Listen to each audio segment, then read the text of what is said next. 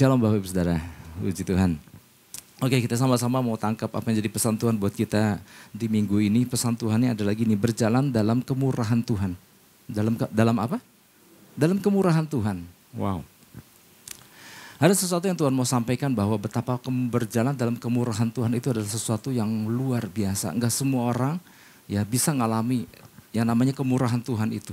Ya, saya mau ajak pertama-tama buka di dalam Esra 8 ayat 18, satu kitab yang mungkin gak terlalu sering kita buka, tetapi ada sesuatu yang menarik di dalam kisah Esra ini yang ini menjadi landasan apa yang dasar pesan Tuhan buat kita semua. Oke, Esra 8 ayat 18 sudah terpampang di depan, saya mau ajak kita baca sama-sama. Nah di sini nanti Bapak Ibu Saudara mungkin kalau baca satu ayat ini mungkin kita masih baca sesuatu yang biasa, tetapi ada satu kalimat yang berulang-ulang di dalam kitab Esra yang membuat kita menjadi wow, ada sesuatu yang luar biasa dengan apa yang Tuhan lakukan atas Esra ini. Oke, Bapak Ibu Saudara 1, 2, 3. Kemudian karena tangan murah Allah kami itu melindungi kami, didatangkanlah oleh mereka kepada kami orang-orang yang berakal budi dari Bani Mahli bin Lewi bin Israel, yakni Serebia dengan anak-anak dan saudara-saudaranya 18 orang.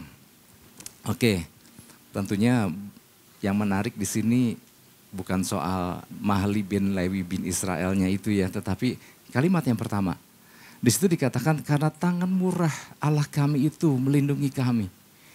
Nah kalau Bapak Ibu Saudara baca kitab Ezra, ada banyak kalimat yang sama yang berulang-ulang. Karena tangan murah Allah kami melindungi kami.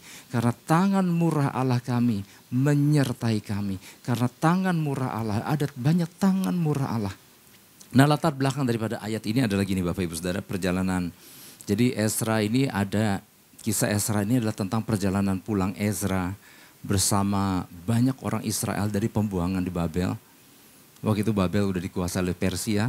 Pada saat perjalanan pulang, maka Ezra membawa banyak orang Israel kembali dan dia membawa banyak perbendaraan, emas peraknya untuk apa? Untuk tujuan membangun bait Allah kembali. Ya. Nah di dalam perjalanan pulang Ezra terkenal dengan ahli kitab. Ya, dia seorang ahli kitabnya handal. Pada waktu kembali ke tanah Israel, di dalam kloter yang dia jalani kurang lebih ada 1.000 orang. Ya, bersama-sama dengan dia.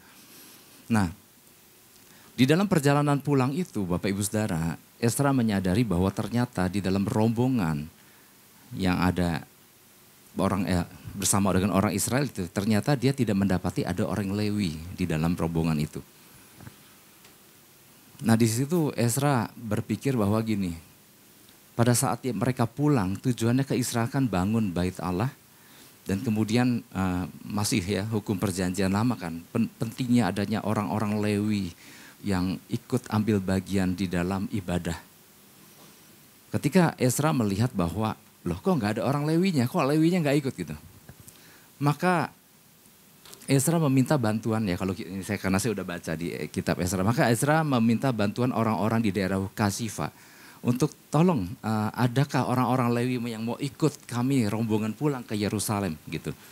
Nah ternyata orang-orang Kasifa itu menyediakan orang-orang Lewi. Nah di sini dikatakan bahwa dari Bani Mahli bin Lewi bin Israel yang di Serebia dan anak-anak dan saudara-saudaranya 18 orang. Dan kalau dilanjutkan ke ayat 19 nggak usah dilanjutkan, tetapi di situ ada dari kelompok ini berapa orang, sekian orang. Artinya ada cukup besar jumlah orang Lewi yang tersedia di tengah perjalanan itu yang mereka yang Ezra bawa pulang. Ya di situ ada hal yang menarik. Kenapa? Ya ketika dia mengalami ketiadaan orang Lewi, di situ dikatakan tangan murah Allah itu melindungi mereka. Ada aja ternyata orang-orang yang tolong mereka untuk menyediakan orang-orang Lewi itu. Nah itu bukan sekali ini kejadiannya. Kalau kita lanjut lagi ya. Kemudian mereka melanjutkan perjalanannya. Nah Bapak Ibu Saudara, perjalanan Ezra ini membawa emas perak yang jumlahnya besar. Entahkah orang-orang yang menyumbangnya, entahkah memang ada dari persembahan raja, karena itu mereka pulang atas izin Raja Artasasta, Raja Persia. Oke, kau bawa sejumlah ini. Kalau kau mau pulang membangun bait Allah di Yerusalem. Jadi mereka di dalam rombongan itu membawa jumlah perhiasan emas perak yang jumlahnya banyak. Dan di situ Ezra merasakan kegentaran. Waduh, di daerah di wilayah itu pada waktu itu kan banyak penyamun. Dan dia bisa minta aja bantuan raja. Raja tolong deh kalau gitu. Kami minta pengawalan dan raja pasti akan kirim pengawalan. Tetapi Ezra udah kadung bilang sama raja, enggak usah kawal kami karena tangan murah Allah kami yang akan melindungi kami. Tetapi di dalam perjalanan Ezra ketar-ketir juga. Ya. Takutnya ada penyamun, takutnya ada perampok dan lain-lain. Maka apa yang dilakukan Ezra? Ezra berseru sama Tuhan dan kemudian Alkitab mencatat tangan murah Allah menyertai perjalanan mereka hingga mereka suatu hari tibalah di Yerusalem. Nah Bapak Ibu Saudara, apa yang saya mau sampaikan di situ ada yang diulang kalimat, ada tangan Tuhan, ada tangan murah Allah yang terus menyertai mereka. Sehingga kemanapun Ezra berjalan selalu ada penyertaan, selalu ada perbedaan yang Tuhan lakukan atas mereka, selalu ada perlindungan, selalu ada perlakuan yang dilakukan terhadap Ezra berbeda dengan yang dilakukan oleh kepada orang lain. Ada sesuatu yang menarik di sini Bapak Ibu Saudara, ya. Jadi Bapak Ibu Saudara, perjalanan yang dilakukan Ezra itu nggak mudah. Dari Babel menuju ke Yerusalem itu perjalanan panjang, ya.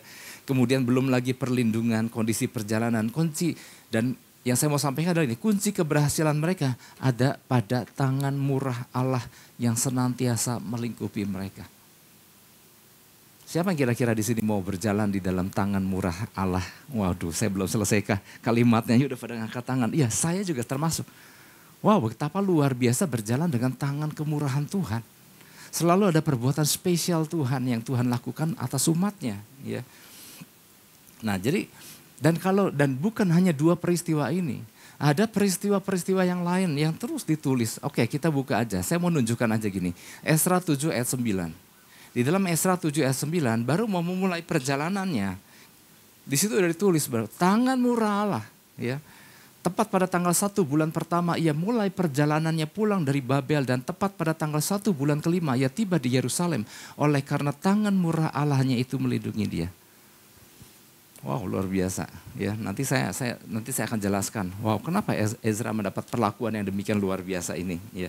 Hal yang sama kita semua pasti ingin berjalan di dalam tangan spesialnya Tuhan itu, ada kemurahan Tuhan terus, ya. Bukan artinya gini, bukan artinya jalan Ezra seperti nggak ada masalah, bukan itu. Terbukti kan perjalanan Ezra juga perjalanannya nggak pendek, perjalanan jauh. Ada tantangan, dia takut penyamun, karena ada ancaman-ancaman dari orang-orang yang jahat, bisa nggak ada. Tetapi yang terjadi adalah penyertaan Tuhan menibahkan Ezra di tempat tujuan, ya. Oke. Jadi artinya selalu ada campur tangan Tuhan di setiap langkah yang ditempuhnya. Nah ini jadi pesan Tuhan. Ini jadi pesan Tuhan buat kita semua. Jadi melalui pesan ini Tuhan sedang mengingatkan kita bahwa ada kemurahan Tuhan yang ia siap limpahkan kepada mereka yang berjalan dalam tuntunannya. Yang mau katakan amin. Jadi Tuhan di lewat pesan ini bilang, kalian tuh perlu kemurahan tanganku. Jangan pikir kalian bisa melakukannya sendiri dan gak butuh itu. Kita semua butuh, katakan amin. Kita butuh, saya butuh. Ya. Betul, kita sering mendengar bahwa perjalanan kita dalam mengiring Tuhan itu gak selalu ada di dalam lintasan yang mulus. Betul ya, minggu lalu kita juga dapat pesan Tuhan bahwa kita harus menjadi barrier breaker. Artinya menjadi seorang penghancur hambatan karena di perjalanan yang kita tempuh selalu ada aja hambatan-hambatan yang berbagai bentuk jenisnya. Ya. Jadi artinya bukan sesuatu jalan yang Tuhan gak menjanjikan jalan yang kita tempuh akan selalu mulus. Ada tantangan, ada halangan, ada rintangan, ada jalan berkelok-kelok, ada jalan menurun, ada jalan menaik, ya, ada jalan berbatu-batu.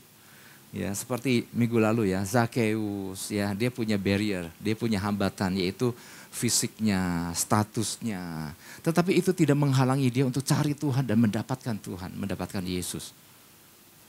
Ada Musa yang punya kelemahan di dalam self image barrier. Dia punya awalnya dia punya problem jati diri yang merasa dirinya bukan siapa-siapa, nggak mampu lah, bukan berat lidah, berat mulut, berat ngomong dan lain-lain. Tetapi dia mampu mengatasi itu.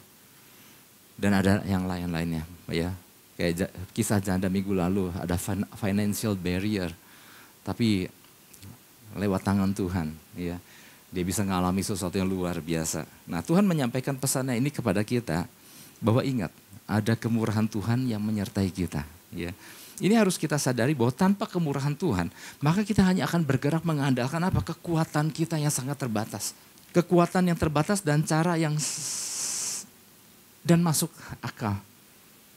Tapi waktu kita berjalan dalam tangan kemurahan Tuhan, maka cara Tuhan itu sangat tidak terbatas dan sangat tidak masuk akal.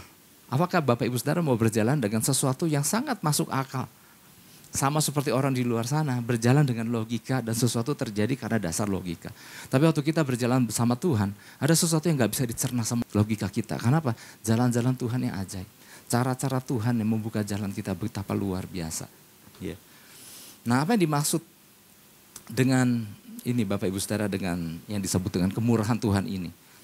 Tentu kita sering mendengar apa yang dikatakan God's mercy, ya di dalam bahasa Inggrisnya kemurahan Tuhan itu seringkali disebut dengan God's mercy, God's favor, seperti itu ya. Nah tokoh-tokoh di Alkitab menyadari Bapak Ibu bahwa tanpa kemurahan Tuhan mereka nggak bisa melakukan apa-apa. Makanya di dalam kata kemurahan Tuhan ini akan banyak kita jumpai di Alkitab Perjanjian Lama dan Perjanjian Baru. Di Perjanjian Lama misalnya banyak Daud menulis oleh karena tangan kemurahan Tuhan. Maka gini, salah satunya gini, di dalam Mazmur 23 ayat yang ke-6 kan itu tentang gembala yang baik kan. Di bagian akhirnya kan kebajikan dan kemurahan belaka akan mengikuti aku seumur hidupku dan aku akan diam dalam rumah Tuhan sepanjang masa. Artinya apa? Artinya Daud menyadari sekali, kalau bukan karena tangan kemurahan Tuhan, hidupnya yang sering kali terancam, hidupnya yang dikejar-kejar oleh Saul hendak dibunuh. Banyak sekali keluputan-keluputan yang Daud alami. Karena semua apa? Dia mengalami apa? Kemurahan Tuhan. Tuhan yang ada, yang memiliki rencana dalam hidupnya. Dia yang menangkap rencana Tuhan. Nah ini yang luar biasa. Maka dia adalah naungan kemurahan Tuhan yang luar biasa. Di dalam Perjanjian Baru pun sama. Di dalam Perjanjian Baru ada kisah-kisah yang sering kita dengar Bapak Ibu Saudara. Misalnya gini, waktu murid-murid Yesus semalam-malaman menangkap ikan dan tidak pergi menangkap ikan tapi tidak mendapatkan hasil apa-apa. Padahal gini, segala yang mereka miliki, segala persyaratan mereka miliki kok Bapak Ibu Saudara. Ya. Mereka punya modal, yaitu apa? Perahu. Ya kan, namanya juga nelayan. Mau pergi nangkap ikan. Perahu tersedia enggak? Perahu tersedia. Peralatan tersedia enggak? Peralatan tersedia. Peralatannya apa? Kayu, enggak jala ya. Terus apa lagi? Mereka punya kemahiran enggak? Mereka punya kemahiran. Mereka adalah nelayan-nelayan yang ulung, nelayan-nelayan yang handal. Dan danau yang mereka gunakan untuk menangkap ikan adalah danau Galilea. Danau bukan danau gersang. Ini danau yang berlimpah dengan ikan. Ya, terus apa lagi? Mereka ngerti nggak tentang cara menangkap ikan? Ngerti. Mereka ada nelayan yang luar biasa. Mereka ngerti nggak tentang waktu menangkap ikan? Mereka ngerti, makanya mereka pergi malam hari.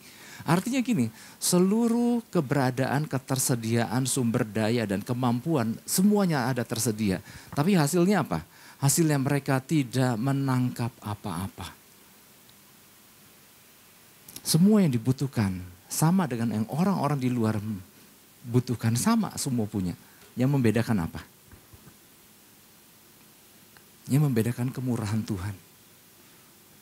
Ketika Yesus berkata, tebarkan jalamu di sebelah kanan. Itu yang membuat perbedaan. Maka di situ kemudian karena engkau yang menyuruhnya, maka aku menebarkan jala juga. Maka ditebarkanlah jala ke tempat yang Yesus tunjukkan. Dan apa yang terjadi? Simon menangkap dan kawan-kawannya menangkap sejumlah besar ikan. Sampai dia memerlukan bantuan dari perahu lain untuk menangkap ikan yang jumlahnya sangat besar itu. Jadi artinya gini, kalau bicara soal persyaratan umum, mereka semua punya. Kalau bicara soal persyaratan umum, orang-orang di luar sana juga punya. Yang mereka tidak punyai apa? Kemurahan Tuhan. Nah Tuhan lagi menyampaikan pesannya gini, betapa pentingnya kita menyadari ada kemurahan tangan Tuhan. Ya, di dalam perjalanan kita iring Tuhan. Ya menjelaskan apa sih kemurahan Tuhan itu sama juga dengan menjelaskan apa itu kasih karunia Tuhan. Sesuatu yang kita enggak layak untuk memperolehnya tapi kita peroleh. Sesuatu yang diperoleh bukan karena pandainya kita, bukan karena kebaikannya kita, tapi karena Tuhan ingin lakukan itu buat kita. Wow, itu luar biasa. Ya mungkin lingkup kasih karunia memang lebih besar ya. Karena gini, pada saat kita masih berdosa pun firman Tuhan katakan, Tuhan pilih kita dan menyelamatkan kita. Tetapi yang dimaksud dengan kemurahan memang prinsipnya sama. Prinsipnya adalah gini, waktu kita sekarang udah di dalam Kristus, udah di dalam Tuhan. Tuhan mau kita terus juga berjalan di dalam kemurahannya dengan cara apa? Nah, Tuhan mau kita ada senantiasa di dalam payung penyertaan Tuhan. Artinya gini, waktu kita saat ini sudah di dalam Kristus, jangan jauh-jauh dari Dia. Kalau mau ngalami kemurahan Tuhan. Nah ini bisa dijelaskan dari beberapa poin yang akan kita dengar pada pagi hari ini Bapak Ibu Saudara. Beberapa hal yang perlu kita pahami berkaitan dengan pesan Tuhan ini. Agar setiap kita orang percaya ini berada dalam tangan kemurahan Tuhan. Karena kita tadi ditanyakan, siapa yang mau ada dalam tangan kemurahan? Kita semua. Oleh sebab itu apa yang harus kita lakukan? Yang pertama adalah gini. Memiliki kerinduan untuk berada dalam lingkarannya Tuhan. Sekali lagi ya, memiliki kerinduan untuk berada dalam lingkarannya Tuhan. Lingkaran dalam circle-nya Tuhan. Ya, dan dalam rencananya Tuhan. Nah, jadi gini, Tuhan punya rencana. Jangan jauh-jauh dari rencana Tuhan. Tuhan punya hadiratnya, Tuhan punya lingkarannya. Jangan jauh-jauh dari hadiratnya Tuhan. Kita buka Ezra 7 ayat 10. Ezra 7 ayat 10 bilang begini, sebab Ezra telah bertekad untuk meneliti Taurat Tuhan dan melakukannya serta mengajar ketetapan dan peraturan di antara orang Israel. Jadi Tuhan, sebab Ezra seorang ahli Taurat nih, ahli kitab. Dia punya tekad, dia mau ajarkan apa yang dia miliki. Alkitab sendiri mencatat bahwa yang namanya kemurahan Tuhan itu tidak terjadi pada semua orang. Ya. Kalau yang namanya semua terjadi sama semua orang itu namanya bukan kemurahan Tuhan. Itu ya hal umum aja ya. Ya Alkitab mencatat bahwa enggak semua yang namanya kemurahan itu enggak terjadi pada semua orang. Jadi anugerah pun sama prinsipnya. Enggak semua orang mengalami kasih anugerah Tuhan. Kayak kita hari ini di dalam ruangan ini seberapa jumlah kita. Kalau kita lihat orang-orang di luar sana kan banyak yang belum mengalami anugerah keselamatan dari Tuhan kan. Tapi kemudian kita kan bisa bertanya sama diri kita sendiri, kenapa kita yang dipilih? Kenapa kita yang diselamatkan? Sementara banyak orang di luar sana, mungkin di dalam lingkaran keluarga kita, mungkin gak semua sudah mengenal Kristus. Tapi kenapa kita mengenal Kristus? Jawabannya adalah gini, kemurahan Tuhan, anugerah Tuhan. Ya artinya anugerah. Yang namanya anugerah, kemurahan Tuhan itu gak terjadi rata sama semua orang. Itu hanya terjadi kepada orang-orang yang mana Tuhan ingin lakukan pada orang itu. Kenapa? Nah Tuhan punya alasan sendiri dan yang kita gak bisa ngerti. Artinya gak terjadi sama semua orang. Ya. Kok bisa aku, kenapa bukan dia? Nah ini kemurahan Tuhan. Ya. Ezra pun sama. Ia mengalami sesuatu yang orang lain belum tentu bisa mengalami hal yang sama. Jadi kemurahan Tuhan itu spesial, ya. Disebut God's favor, makanya kadang-kadang disebutnya God's favor. God's favor adalah orang-orang favoritnya Tuhan. Kalau dijelaskan kenapa Tuhan kau pilih aku, karena mungkin kita termasuk yang ada dalam favornya Tuhan. Di dalam keluarga mungkin ya, ada anak-anak yang seperti keluarga Yusuf lah gitu. Keluarga Yakub lah gitu. Ada anak satu yang bapaknya kok sayang sekali sama satu anak ini. Itu tuh gak bisa dijelaskan kadang-kadang. Nah, Tuhan mau kita berjalan di dalam favornya Tuhan. Menjadi orang-orang yang di mata Tuhan kita dianggap spesial. Sehingga Tuhan memberikan perlakuan yang spesial. Ya. Wow, ini luar biasa kan. Ya. Nah setelah kita di dalam Tuhan, alangkah menyukakan hati Tuhan apabila kita senantiasa ada di dalam lingkarannya Tuhan gitu. Kita tahu ini kan spesial. Nah kalau Tuhan nyampaikan pesannya bahwa jangan pahami bahwa ada kemurahan Tuhan senantiasa. Nah kalau kita tahu ada kemurahan Tuhan, maka kita sebagai orang-orang yang saat ini sudah di dalam Kristus, ya jangan jauh-jauh dari Tuhan gitu maksudnya. Ya. Jadi gini, apa sih dimaksudnya jangan jauh dari Tuhan? Membayangkannya mungkin sangat mudah. Di mana Tuhan berada, kita berada. Katakan amin. Di mana ada pekerjaan Tuhan, biarlah kita juga ada di tengah-tengah pekerjaan Tuhan. Di mana ada hadirat Tuhan, jangan kita menjauh dari hadirat Tuhan, tapi ada di tengah-tengah, di dalam hadiratnya Tuhan. Jadi artinya jangan jauh-jauh dari circle-nya Tuhan, istilahnya gitu. Ya. Suatu kali Reinhard Bonnke, ya kita pernah mendengar kisah ini. Reinhard Bonnke seorang penginjil, seorang hamba Tuhan dari Jerman yang Tuhan pakai luar biasa, ya udah meninggal sekarang.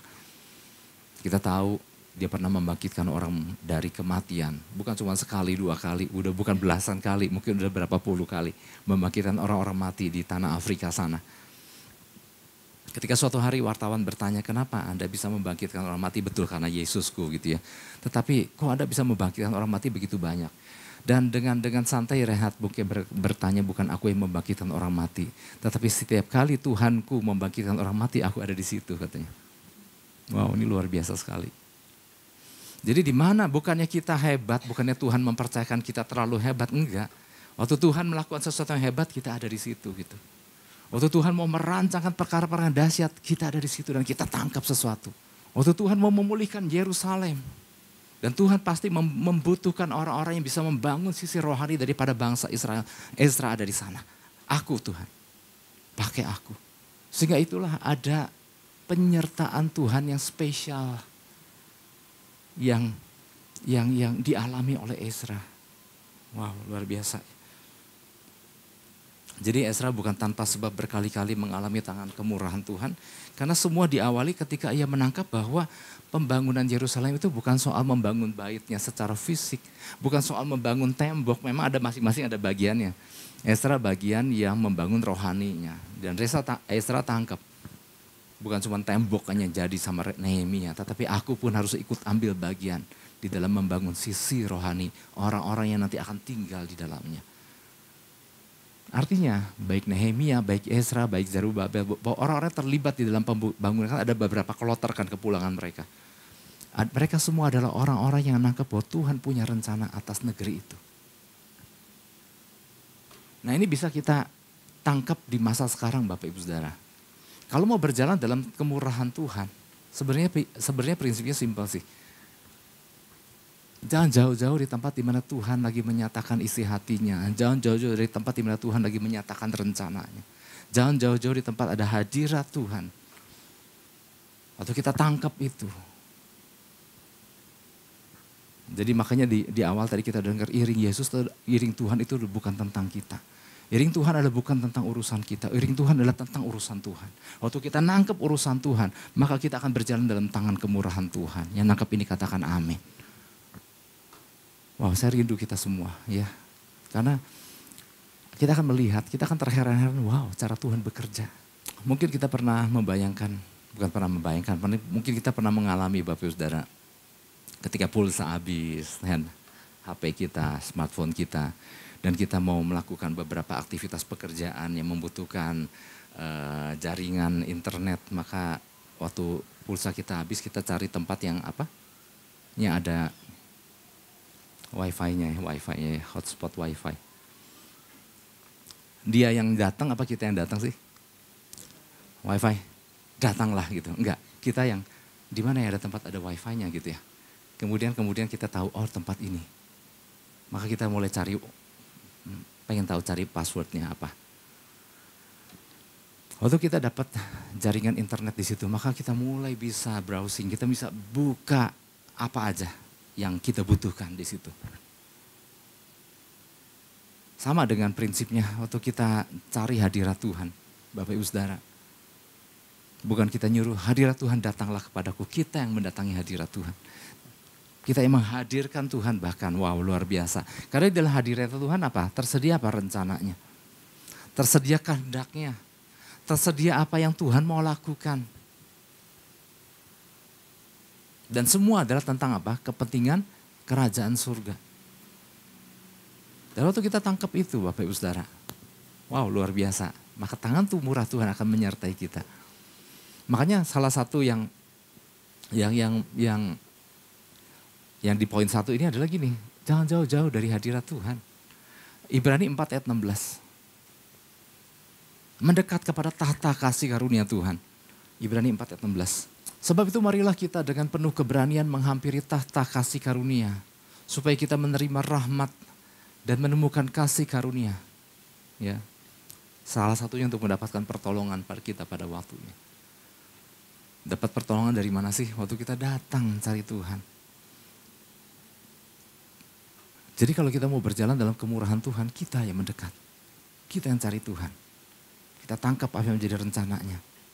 Tangkap itu, ikut ambil bagian di dalamnya. Makanya dalam banyak kesempatan Bapak Ibu Saudara, Ezra menggunakan waktunya untuk datang sama Tuhan. Pada saat dia membutuhkan perlindungan, maklum membawa bawaan emas perak yang begitu banyak.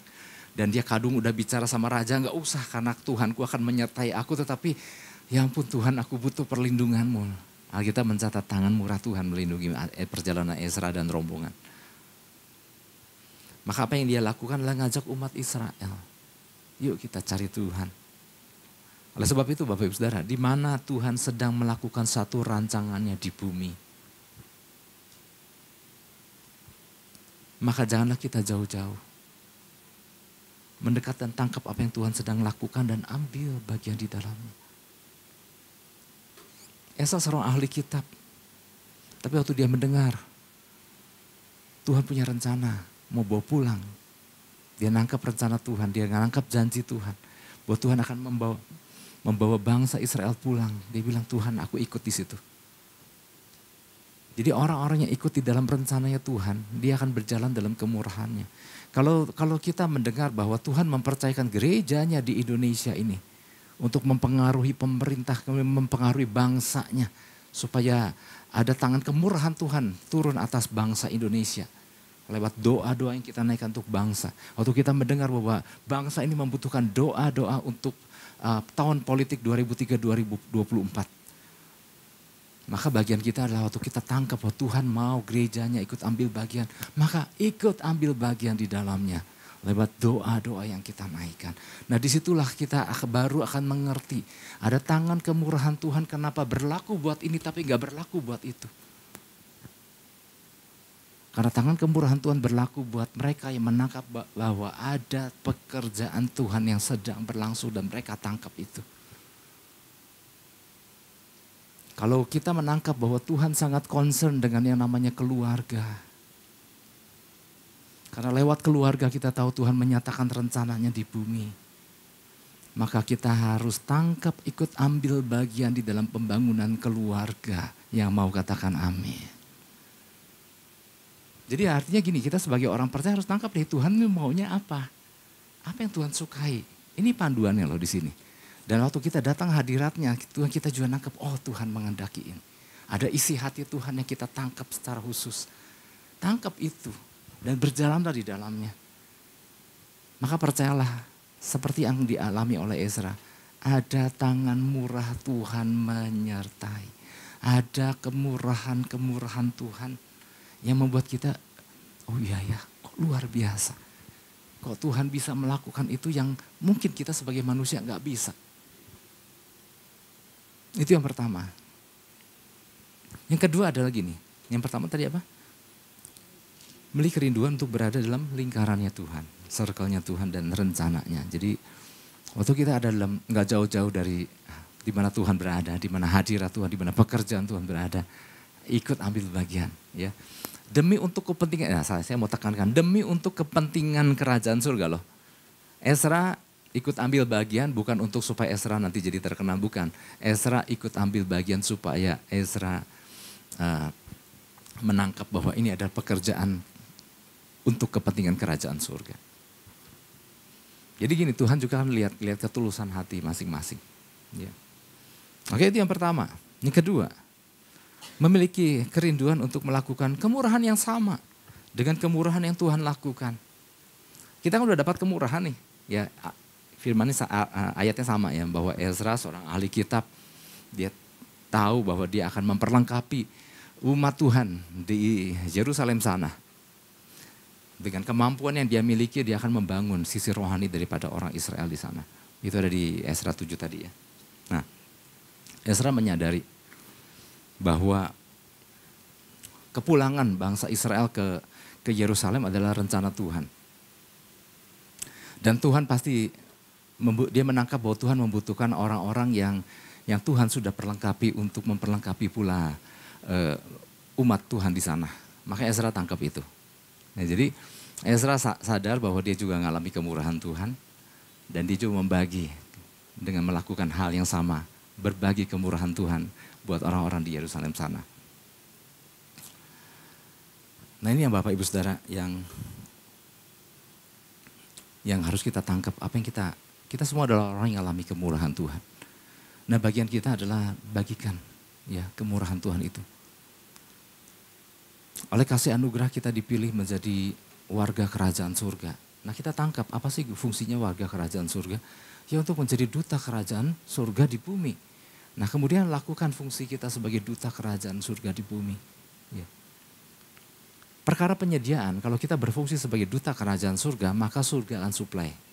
Surga akan sediakan, surga akan tolong, surga akan jaga. Jadi yang kedua ini adalah gini, apa yang kita peroleh dari Tuhan, kita lakukan hal yang sama lagi. Kalau kita nih, kan di kitab Roma, di surat Roma kan dikatakan kita yang lagi berdosa aja mendapat kasih anugerah Tuhan diselamatkan. Lebih-lebih waktu kita enggak, lebih-lebih waktu kita di dalam Tuhan. Artinya gini, kalau Tuhan aja ampuni dosa kita, Tuhan selamatkan kita waktu kita dosa segala macam. Tuhan ampuni, Tuhan benarkan kita. Nah tetapi seringkali gini yang terjadi. Gak sedikit kan orang percaya nyimpan dendam. Masih menyimpan kemarahan. Gak mau mengampuni. Nah ini kan bertolak belakang kan. Kita aja diampuni, kita aja dibenarkan. Kita aja mengalami kemurahan Tuhan. Tapi bagian kita menghadapi orang lain. Pokoknya sampai kapan gue gak mau ngampuni orang itu. Wah, artinya kita lagi gak melakukan hal yang sama dengan yang Tuhan lakukan buat kita. Dan kemudian kita berkata, Tuhan aku rindu kemurahan Tuhan. Nah Tuhan bilang, lu aja gak melakukan kemurahan buat orang lain kok. Tuhan aja selayaknya kan kecewa dengan kita nih seharusnya nih seorang percaya yang kadang gak setia. Kan firman Tuhan bilang sekalipun kita tidak setia, dia tetap setia. Nah hal yang sama, waktu kita tahu bahwa kita punya Tuhan yang setia, maka bagian kita adalah kita setia. Ada ayat di Matius gini Bapak Ibu Saudara, Matius 10 ayat 8b. Oke yang B ya, kamu telah memperolehnya dengan cuma-cuma. Karena itu apa? Berikanlah pula dengan cuma. Jadi prinsipnya sama ya, kalau kita terima sama Tuhan cuma, kita bayar gak? Kita untuk keselamatan kita pakai bayar gak? Ya, karena gini ada orang mau beli keselamatan pun gak bisa.